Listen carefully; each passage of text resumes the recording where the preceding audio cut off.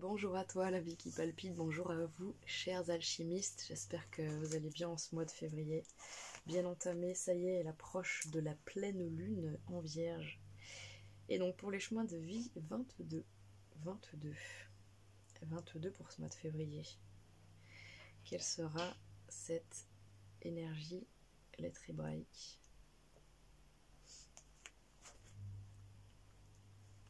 « 22. Les bâtisseurs. Chemin de vie des grands bâtisseurs. Alors, 22. Où sont ces cartes? Il y en a deux, déjà. Oui. Il y en a deux comme pour le chemin de vie précédent.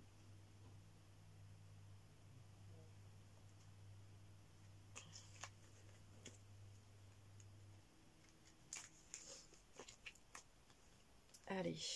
Quelle est-elle cette vibration? Quelle est-elle?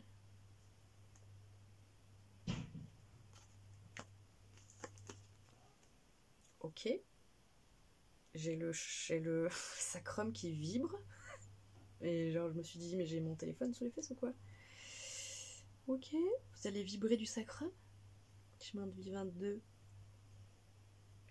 J'ai le sacrum sur vibreur, vous voyez. Ah bah oui d'accord. Je vous dis ça et vous avez Chine qui sort. Donc en fait voilà. Si jamais il y avait une carte qui dit vous avez le sacrum qui vibre, c'est Chine. Ça fait des chocs à pic. Alors. Qu'est-ce qu'on a avec Chine? Ah oui, ça pouvait vibrer un truc. C'est un 3.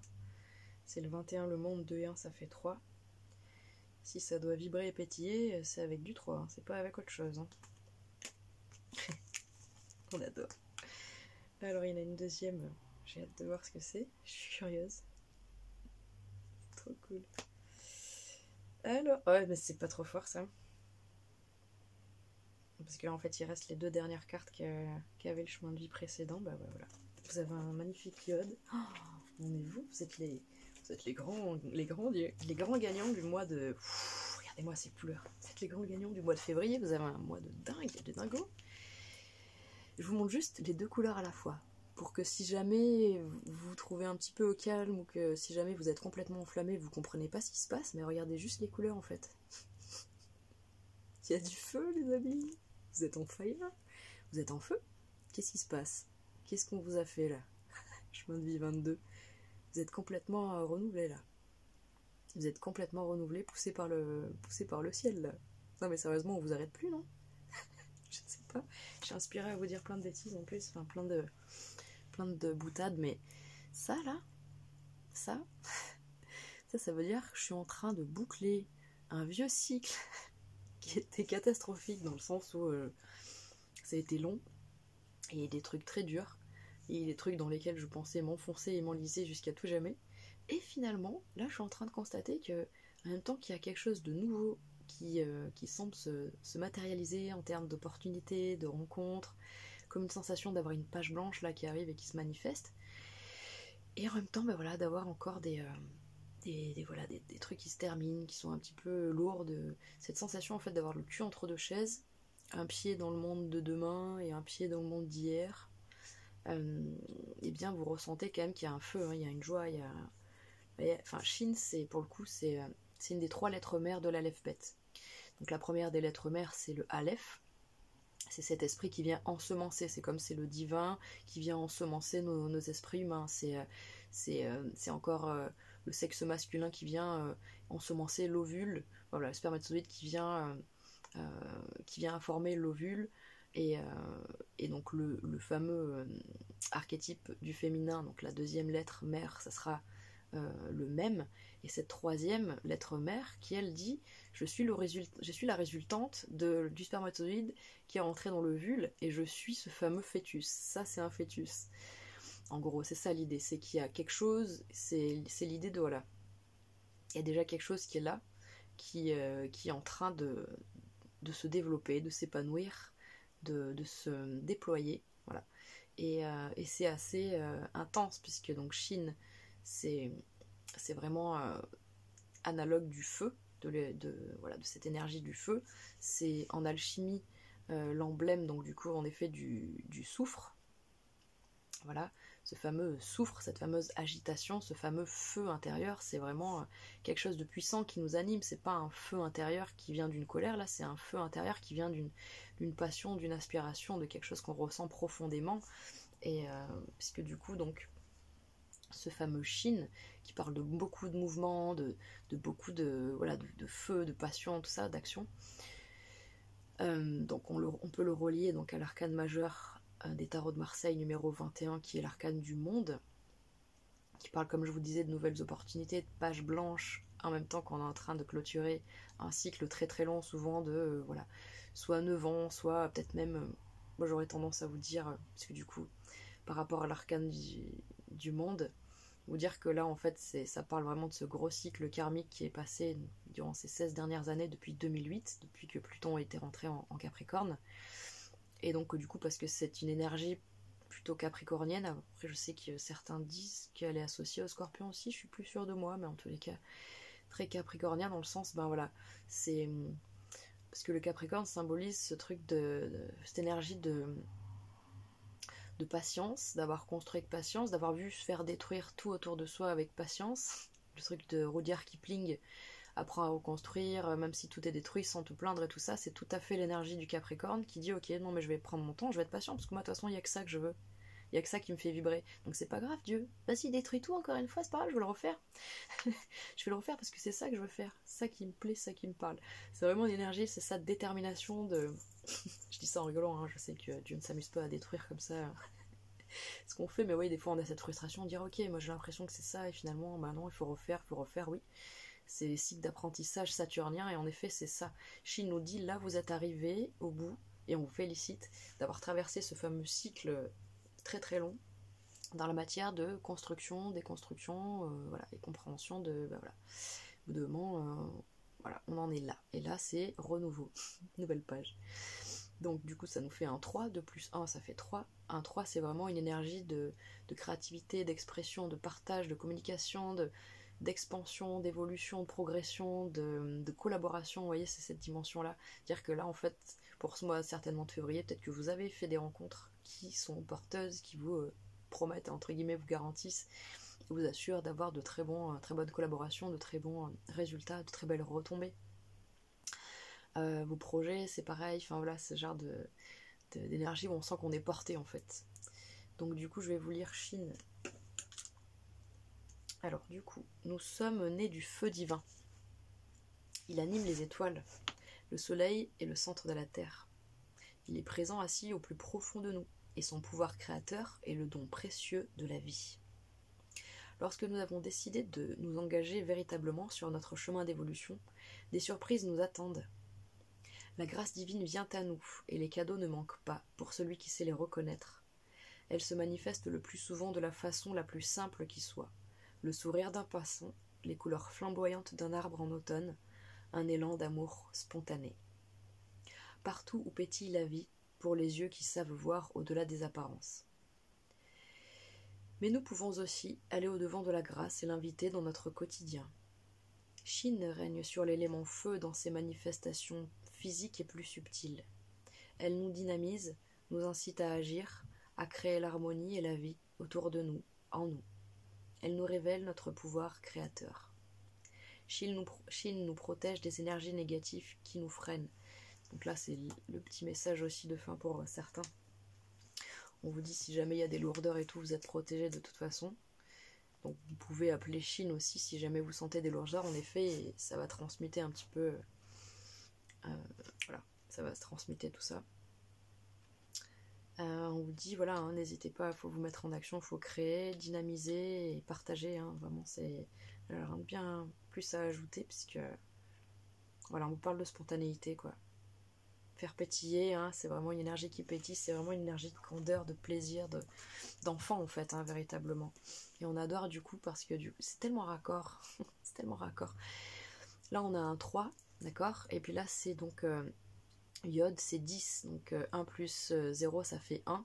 Si vous voulez, j'ai fait tout un développé qui pourrait être super intéressant que vous écoutiez si ça vous botte, parce que je vais pas le refaire je pense dans cette vidéo, parce qu'on peut jamais redire exactement ce qu'on a dit, mais dans le chemin de vie, juste avant celui-là, c'était le chemin de vie 11.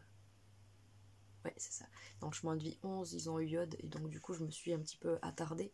Là, je vais vous lire. Yod. Alors, la force de vie est partout, circulant dans les univers. Attends, je vais le mettre. Dans les univers, remplissant chaque chose. Il ne tient qu'à nous de l'accueillir sans chercher à la retenir, simplement la laisser couler et animer nos jours. Yod est la signature de Dieu dans la création.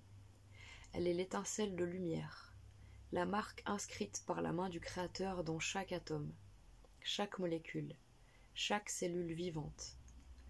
Elle le représente, lui, le Père divin. C'est la plus petite des lettres, le point qui contient tout, qui ne peut se définir, et sa puissance est sans limite. Je disais à l'instar de l'atome dont parlait Tesla en disant dans un atome, eh bien, toute l'énergie de l'univers tout entier. Elle est l'initiale du nom sacré en 4 lettres, Yod et Vav et donc aussi de Yeshua, Jésus, si on ajoute un Shin au centre de ce nom. Elle commence également le nom Yerushalayim, Jérusalem, la ville sainte archétypale. Et l'on sait qu'aujourd'hui, la nouvelle Jérusalem, plan vibratoire de lumière et de splendeur, vient s'unir à la terre, au corps physique. Yod est la promesse de cet accomplissement.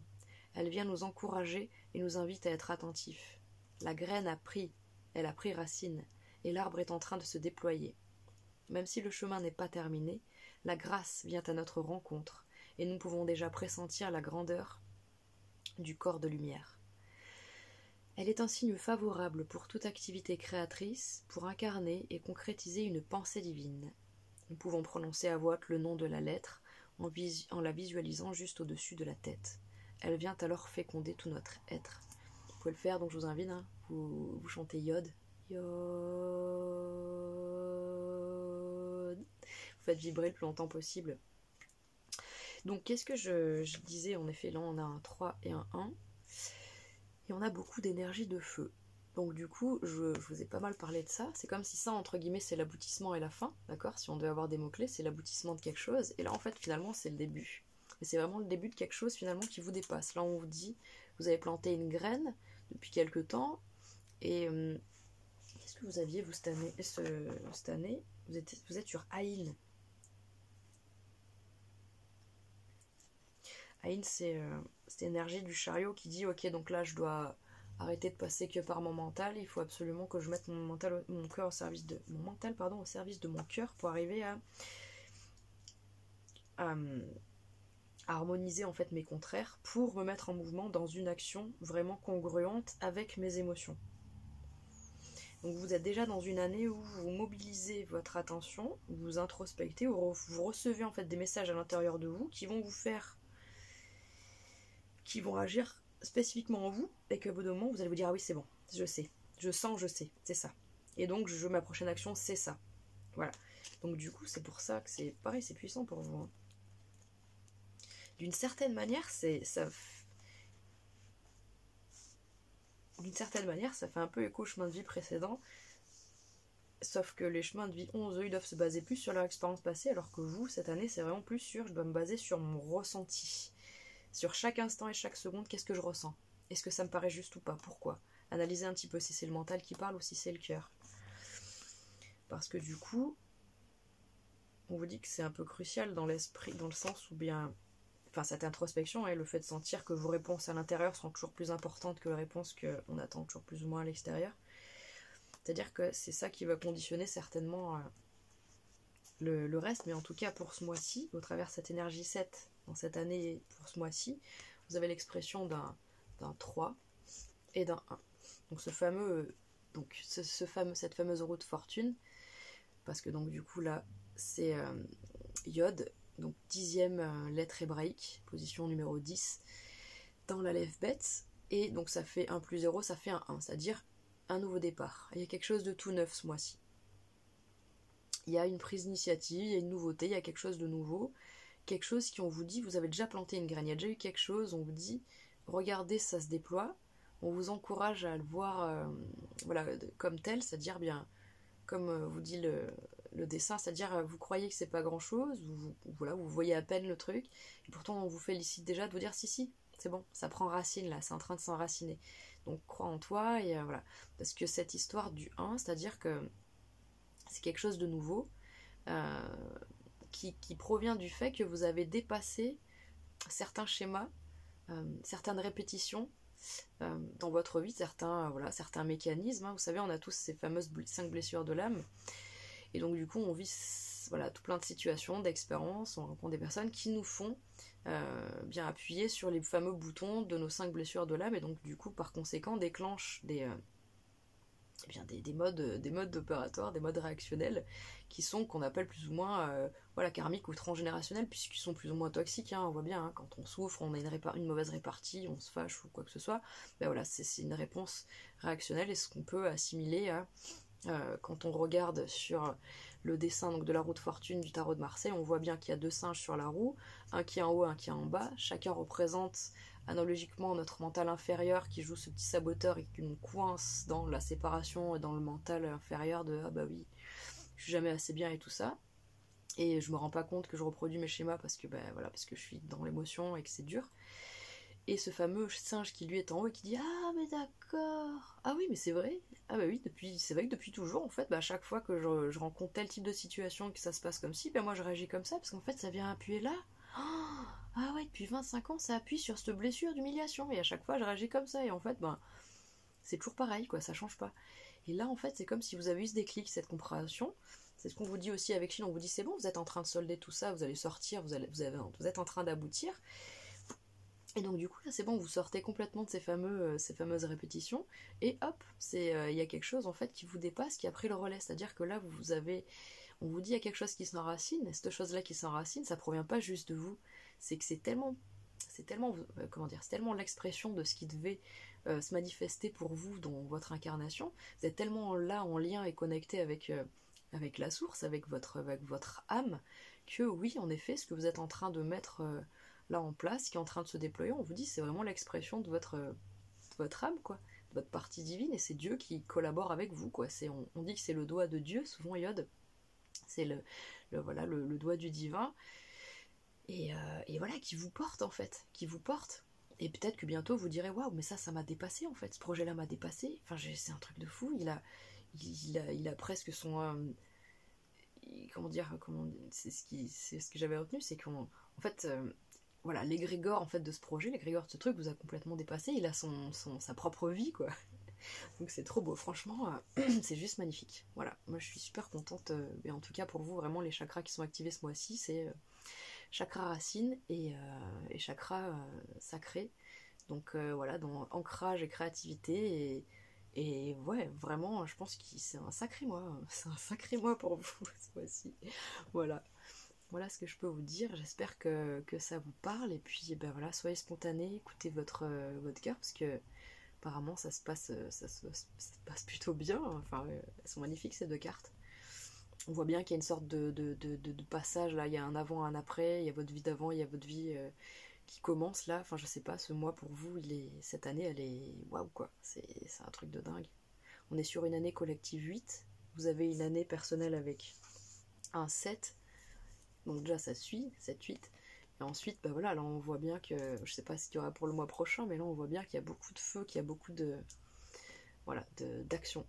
Donc voilà, profitez, et puis prenez bien soin de vous, et moi je vous dis au mois de mars, et voilà, je vous embrasse, à bientôt, au revoir.